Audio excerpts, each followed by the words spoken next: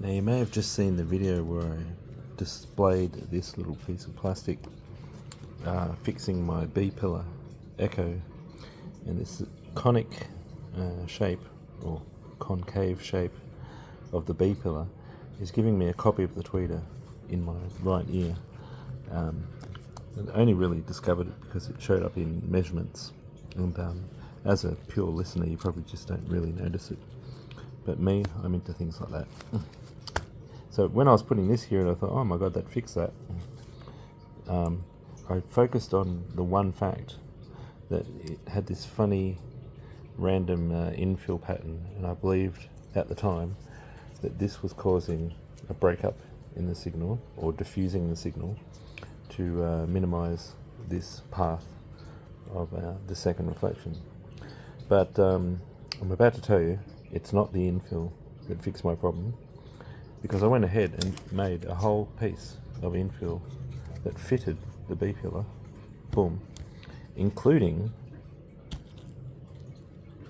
the curve. So I put back the problem and the actual infill did nothing, and I got the reflection. So when I was solving it with this piece, I wasn't solving it with the infill, I was solving it with the flat backing. So I was putting a piece of flat backing here and not realizing it, like that, and it broke the curve and reflected the straight reflection somewhere else, right? So instead of a collection dish, it was just a piece of flat surface here breaking the curve, yeah, like a flat piece of concrete, if you will, or a piece of glass. So that broke the curve. So now I'm reprinting a few different ideas. The infill is pointless. This here, if anything, it's an amplifier, just like my B-pillar is an amplifier. So I don't know if you can tell when I go like this. Ready?